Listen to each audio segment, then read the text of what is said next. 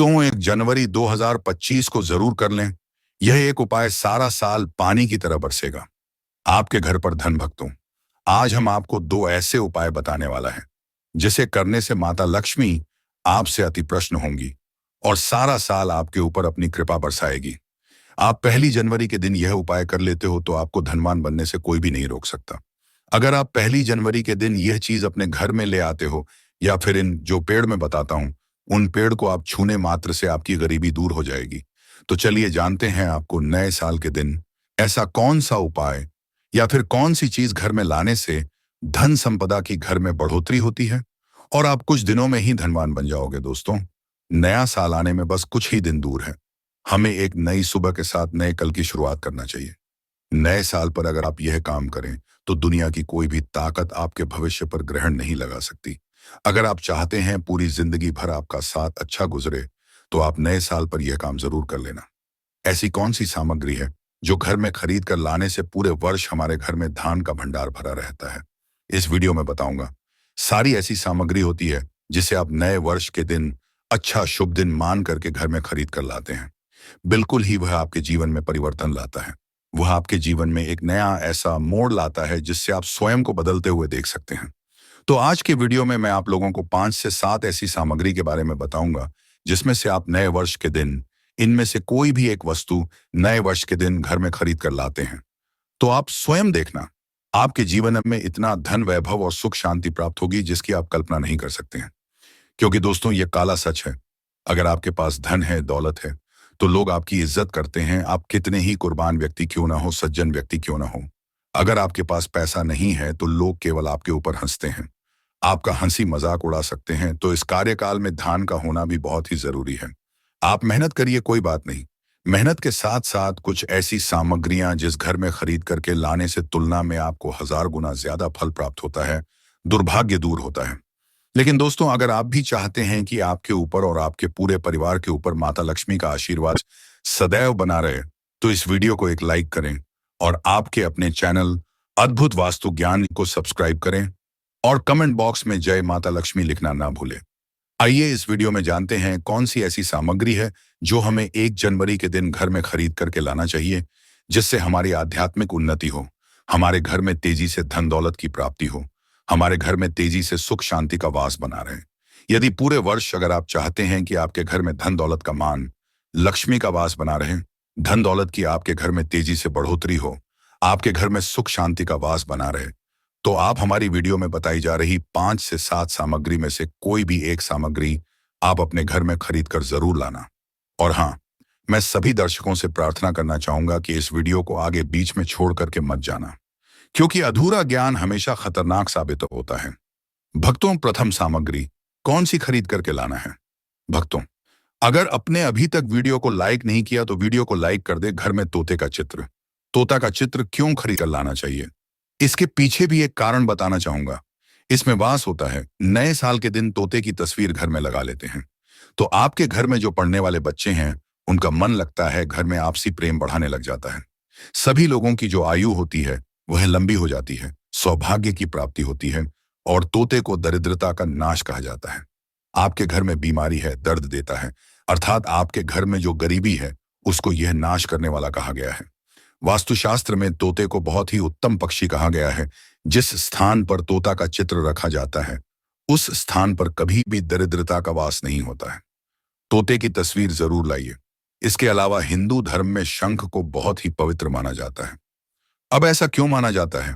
क्योंकि समुद्र मंथन के दौरान शंख की उत्पत्ति हुई थी और 14 रत्न में से शंख की भी गणना होती है। शंख भगवान विष्णु जी ने स्वयं धारण किया हुआ है और ऐसा माना जाता है कि जो शंख है इसमें माता लक्ष्मी का वास होता है। जिस घर में शंख होता है, जिस घर में शंख को बजाया जाता है, उस घर का वह वर्ण पवित्र हो जाता है। वहां पर रहने वाली जितनी भी नकारात्मक शक्ति होती है उन सबका नाश हो जाता है। शंख नकारात्मक शक्ति को उल्टा सकारात्मक में बदल देता है। इसमें आपका फायदा ही फायदा होता है। नए साल पर अगर आप शंख अपने घर में लाते हैं तो भगवान विष्णु के साथ साथ माता लक्ष्मी भी दौड़ी दौड़ी चली आती है और खास तौर पर नए साल के पहले ही दिन शंख अवश्य बजे। इससे आपका नया साल जिंदगी भर कभी खराब नहीं होगा। तो साल 2025 में प्रथम दिन 1 जनवरी के दिन आपको शंख जरूर घर में खरीद कर लाना चाहिए। मैं तो सभी दर्शकों से कहना चाहूंगा कि घर में शंख खरीद कर अवश्य ला, क्योंकि घर में अगर आप शंख रखते हैं तो आपके घर में सर्वप्रथम यह बीमारी से बचाता है। अगर जो छोटे बच्चे चिड़चिड़ापन उनके शरीर में आ गया है तो उसे बचाने का काम करता है। बच्चों के पास शंख बजाने से बच्चों को लगी बुरी नजर दूर भाग जाती है। नए साल पर घर में शंख बजाना मतलब स्वयं अपने समस्त देवी देवताओं को अपने घर में आमंत्रित किया है, और वह अब आपका उद्धार करेंगे और वह आपके आशीर्वाद देंगे ताकि आपका नया सा साल हमेशा खुशनुमा गुजरे। तीसरा इसका जबरदस्त फायदा है कि आपके घर में तंत्र मंत्र जादू टोना यह कभी लग नहीं सकता। और फायदा यह है कि आपके घर में लक्ष्मी को स्थिर रखने का काम करता है, अर्थात आपके खर्चे को रोकने का काम भी करता है, अतिरिक्त खर्च को रोकने का काम करता है। इसी के साथ पांचवा जो फायदा है जबरदस्त है कि आपके घर में सुख शांति वैभव का वास हमेशा बना रहता है, पूरे वर्ष बना रहता है। तो आप अपने घर में शंख खरीद कर जरूर लाइए, यह आपको बहुत ही ज्यादा बेनिफिट देगा। इसके बाद है गणेश जी की मूर्ति।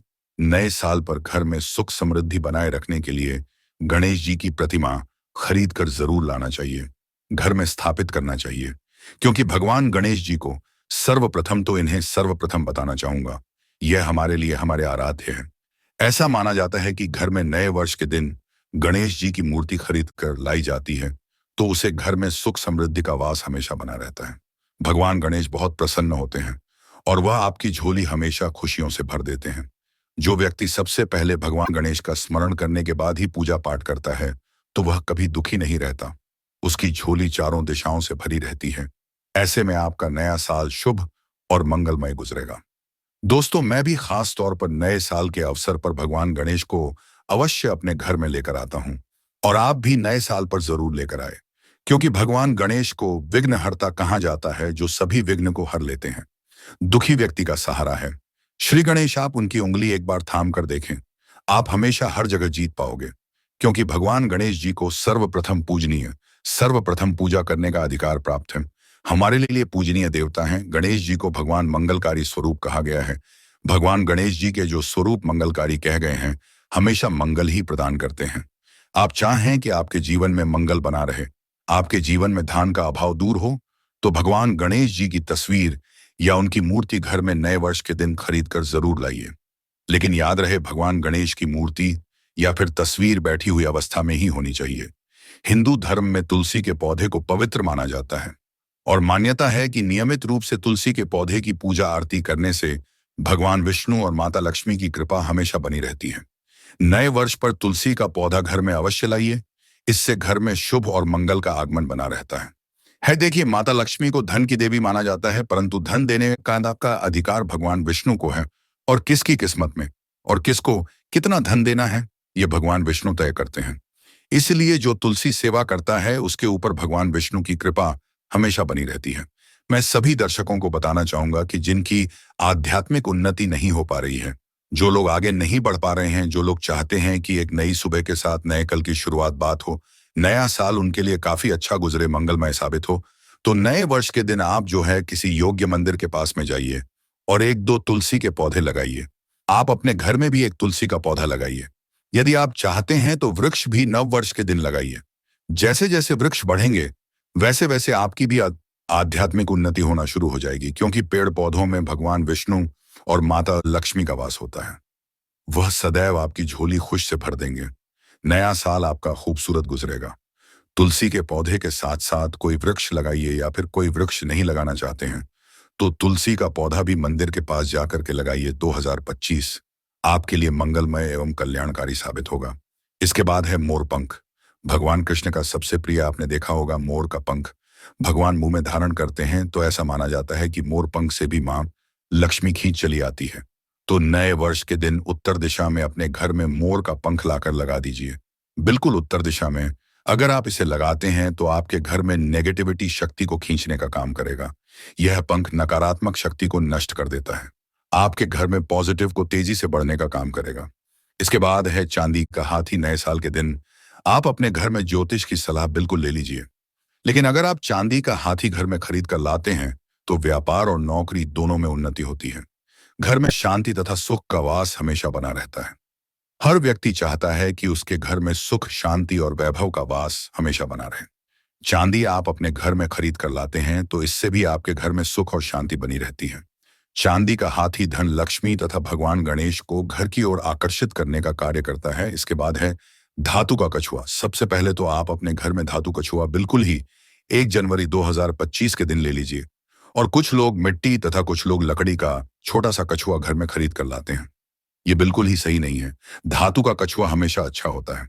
धातु में कौन कौन सी, जैसे कि चांदी है, पीतल है, आप इन धातु के कछुए ला सकते हैं। बहुत ही शुभ और मंगलकारी कहा गया है, लाजमी है।